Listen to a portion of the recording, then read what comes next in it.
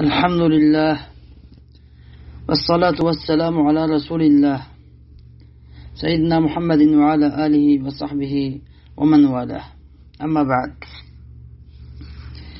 Cenab-ı Allah Subhanahu ve Teala ve Tekaddes ki hamdü sana Peygamberimiz Muhammed Mustafa sallallahu aleyhi ve sellemge duayı salam yollap boğandan keyin maqsadga kelsak, bugun so'zmoqchi bo'lganimiz Nafahat Ramadaniye, Ramazan xushbo'y hidlari nomli dersimizning 3. dersi bo'lgan.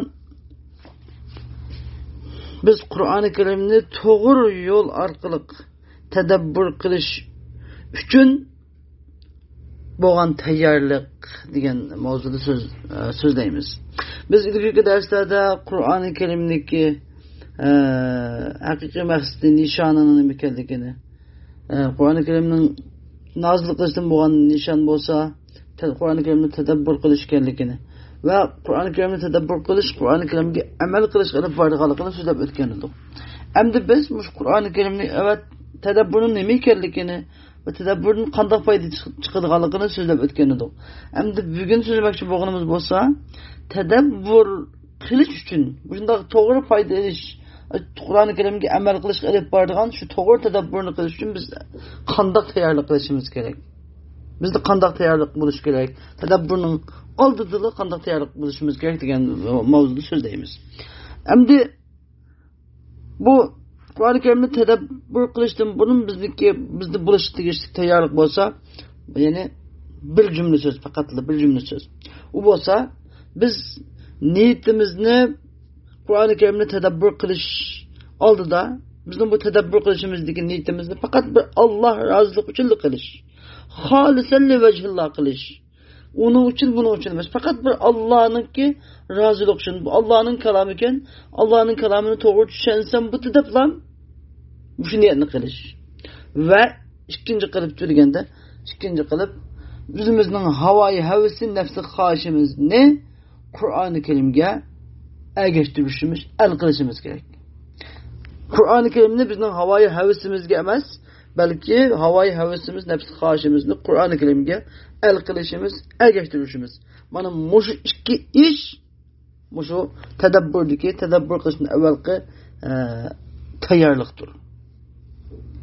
Endi biz bu mushu ikki mazmunni bir misollar orqali oydinlashtirib yuritib o'taylik. Ulamalar, fuqaha ulamalarniki nihayet keng ko'lamda qo'llanib kelayotgan bir qoida kullisi bor. Yani umumiy qoida. Bu qoidaning tafsiri shunas mufassirlarning. Bu qoida bo'lsa, qanday qoida desa, nima deydi? Yajibu ala man yuridu tadabbura kalamillahi azza wa jal ay yatakhalla anil aqaidi vel musbaqatil fikriyye. Nitqamda bir qoida var.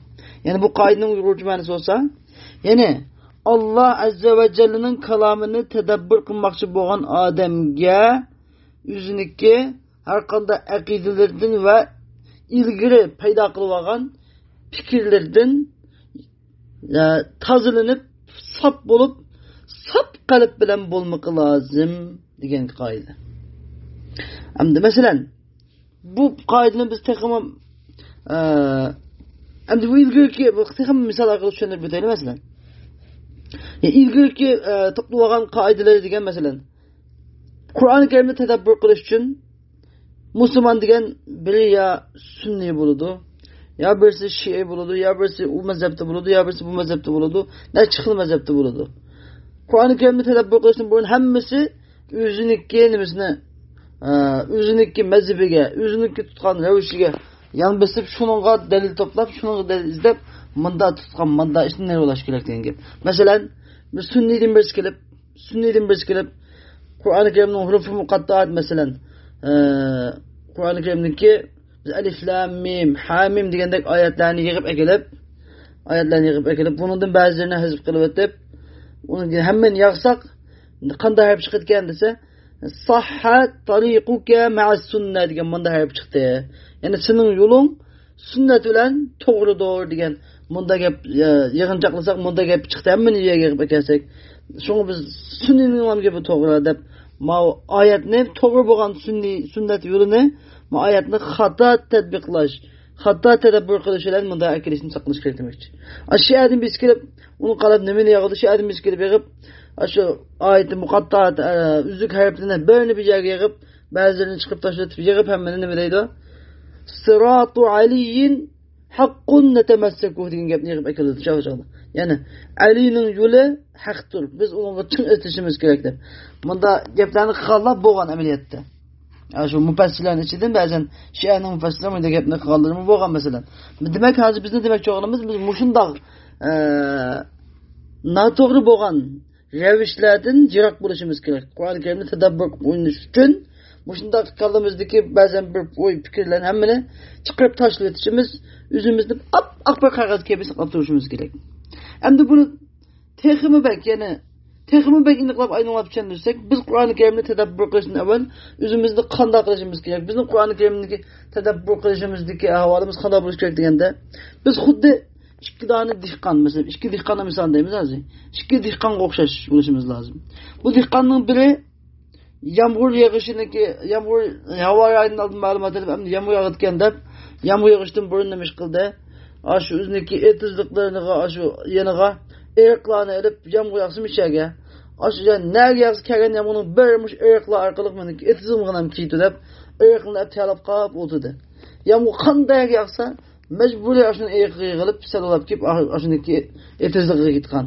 Bu yağmurundaki mecburi o'zining etizligiga, yağmurni qanday yig'ishini qat'iy nazar mecburi o'zining etizligiga aqtirib olib keldi. Anladın?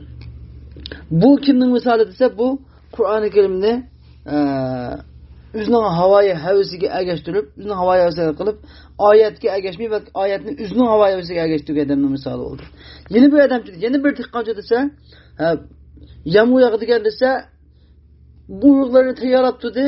Qur'oni Karim yağmur qayerga tushsa, nerga yağmur yog'sa, ashyoga yetirdi. Anladın? Yağmur nerga yog'sa, ashyoga yetirdi. O'zining yerlarini tashlab qo'yib qarmay, o'zining etizligini tashlab qo'yib qarmay, o'zining etizligini qarab o'tirmay, yağmur nerga yog'sa, shu yerga buyruqni yetirdi. Mavju deganda Qur'oni Karimninki bu qanday bir bo'lsa, o'ziniki aqida, o'ziniki nafs xohishlarini tashlab o'tib, Qur'oni Karimning buyrug'iga ergashgan odamniki Qur'oni Karimni to'g'ri yo'lda tadabbur qilgan odamniki misoli masalan.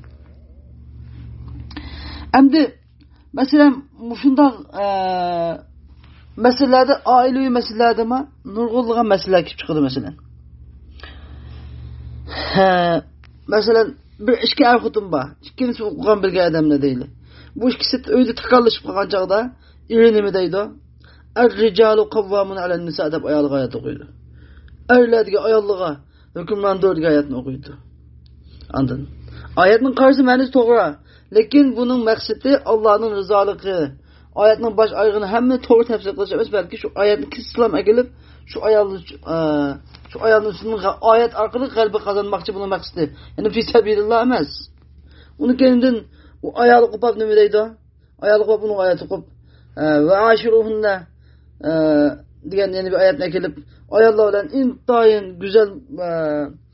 güzel ishrat qilinglar, güzel turmush quringlar degan oyatni kelib, güzel turmush qurmading deb oyatni kelib. Uni keyin erkish qilib, xotinni ishga uchun navoz qilib qolsa, agaplam ayolga qilib, ayolni berish uchun fankihu ma tabalakum minan nisa degan oyatni o'qib, Xudoyim sizga halol bo'lgan ayollardan birini, ikkini,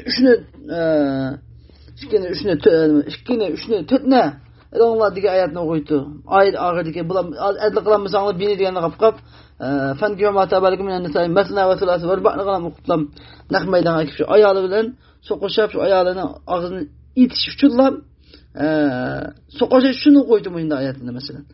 Bu şunda halette hemmesi bu Kur'an-ı Kerim'in doğru tedabbur doğru şekilde doğru reveçte tedabbur kılıştan insanı çekine koyduğun haletle. İnsan bunun kat'i hacer ilişkilik. Peygamber sallallahu aleyhi ve sellem ne dedi şiripta? Her kanda adam Kur'an-ı Kerim'ge özünün havayı havisi boyunca tefsir kılsa, eğer doğru diyen bozma hata alıştırdı Peygamber aleyhisselam. Aleyhisselam. Kur'an-ı Kerim'de hata tefsir kılıştığını Kudayım saklasın. Şunun için biz Kur'an-ı Kerim'de tefsir kılış, tedabbur kılıştığın en evvel bizim kıtkan teyarlıkımız demiş diyecek. u bolsa halis Allah azze ve celle niyetimizni halis Allah azze ve celle'ge halis kılış ve bizning havoyi havasimizni Qur'onga tabi qilishimiz, el qilishimiz kerak. Endi biz bir şeyde hozirgi cemiyetimizde meşhur bo'lib ketayotgan ba'zan bir odamlarniki nimalardan misallardan 3 tane misal kelib qo'ydik. Qur'onni xato ta'vil qilganlar misal, bunun misallar bor bununga. Biz endi bundan vaqt qis, shuning uchun 3 misalni qilishni deb bitib ketaylik. Masalan, hozir mesela Amerika davlatlarida, Yevropa davlatlarida o'xshash jinsliklar o'ylansa bo'ladi degan bir hurlik deb bir qonunni chiqadi masalan. Muşunun üzüge bir Müslümandan birisi kopap, doktordan birisi kopap, neme dep hayatını delip ekildi o. Bu kan işemdi bu. Allah Teala'nın ki, mudak Euzubillahimineşşeytanirracim. Yehabu limen yeşâ'u inâthen ve yehabu limen yeşâ'u zukur ev yuzevvicuhum zukranen ve inâthen ve yec'alu men yeşâ'u akîmâ diye ayetine ekildi o. Yani Allah Teala'nın bu ayetin manası yani, halıgan kişiye ayal yani kızını bildi, xalagan kişiye erkek oğulunu bildi. Yoki uluğa uğal kızını juplab bildi. Yoki xalagan kişini tug'mas qiladi degan oyat. Bu oyatni nima deb ma'no etdim? Bu oyatdagi shohid bo'lsa yana aw yuzawijuhum zukrana va inasan deganni ularni erkek holatida juplab qo'ydi yoki chili holatida juplab qo'ydi dedi. Shuni erkaklar to'y qilsin bo'tu, chilimi ayallı bilen toygusu bu doğru diye mudavdı bunu meniz deplam tertki çöndüğün gibi. Bu mufassiri ortak bu ayette hem mufassiri bir de kanda çöndüktü. Yani Allah Teala bir yerde insandaki nesilleniş, ovuş, küpüş, tuğuş nimisine sözlep gelip Allah Teala.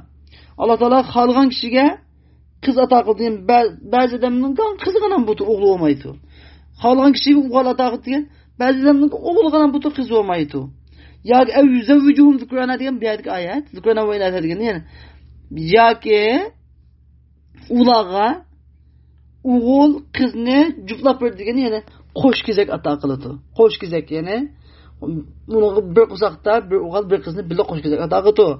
Ya ki bu maydı aksi oğul sana nasıl kızıdı? O da Kuday Teala'yla aylaştı bir to. Ya ki hoş gizek ata kılıdı. Ve halagan kişi tutmaz kılıdı. İnsanın nesilleniş şeklinde tetkik ediyor Allah Teala. Bunun hem mübassili bir de ittifak yayan mudda tefsirine az yeni zaman çıkan bazen adamlar bu mudda kıldı. Şu erle toygusu buludu. Ayalla toygusu bir öyküsü bulaverdi deyip bu şu ayetin hatta delil ekegen işli var. Şunun için biz intayın dikkat kılışımız gerek. Yani ikinci misal söylese emri ma'ruf kılması lazım. Bazen bir adamla tebliğ kısıp cemaatleri tebliğ kılıp doğru yolga başlap kılsa neymiş ki tebliğ kılıdı o? Bu tebliğ kılmasın bu doğru degen muşu köz karşını yüzündeki muşu akidesini işga aşırış için Kur'an-ı Kerim'deki bu tüvendeki bunu ayetini delil etmektedir mesela. Allah Teala Kur'an-ı Kerim'de mi deydi? Ya eyyühellezine amenu aleykum enfusekum la yadurrukum men dalle ilehtedeytum diyen ayet var. Yani ey müminler sizler üzerlerine lazım tutunlar.